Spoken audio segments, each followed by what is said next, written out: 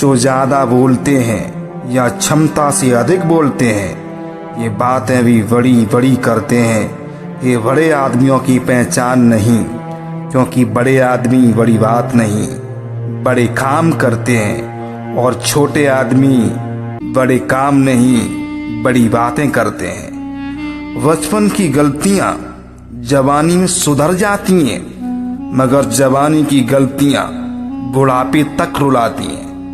बचपन सीखने के लिए होता है, तो जवानी करने के लिए। बुढ़ापे में तो इन दोनों का रिजल्ट आता है कि हमने सीखा क्या और जिंदगी भर किया क्या। जिस इंसान का जितना बड़ा सपना होगा, उसके लिए उसे उतना ही बड़ा परिश्रम करना होगा, और जितना बड़ा परिश्रम होगा उतना ही बड़ा वह कामयाब होगा।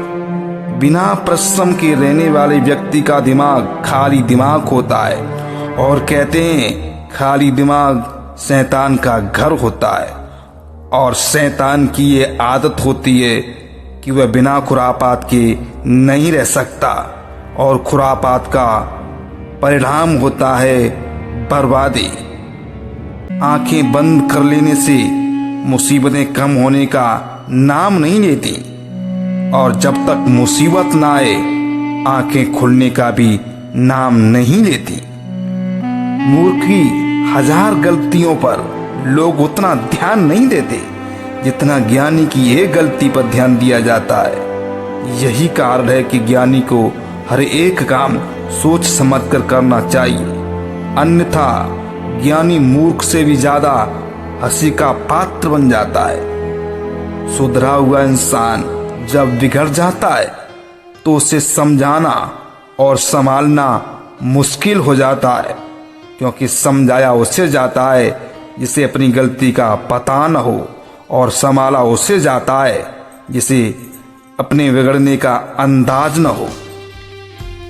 किसी को धोखा देकर खुश होना स्वयं की आत्महत्या करने जैसा पाप है, जिसका कोई प्रायश्चित नहीं।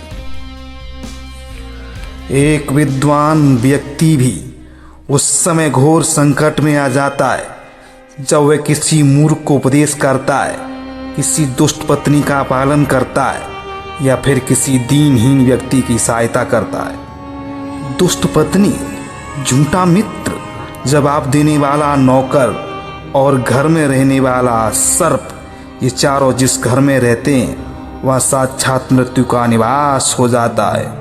यदि संभव हो तो इन लोगों का त्याग करना ही श्रेष्ठ है।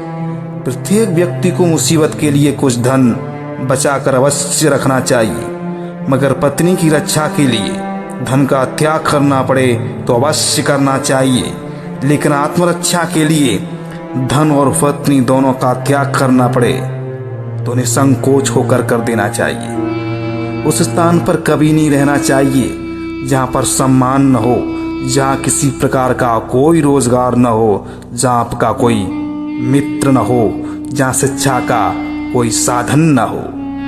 जो स्थान विद्वान, धनवान, वैद, नदी, जल, राजा आदि से रहित हो, वह स्थान सदा त्यागने के योग्य है। वहाँ रहना जीवन की सिर्फ बर्बादी है और कुछ नहीं।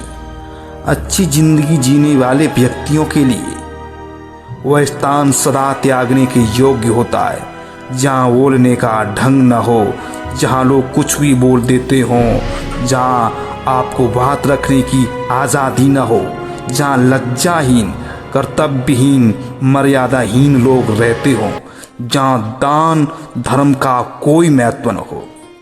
नौकर की परीक्षा तब करें जब वह ठीक से काम न कर रहा हो।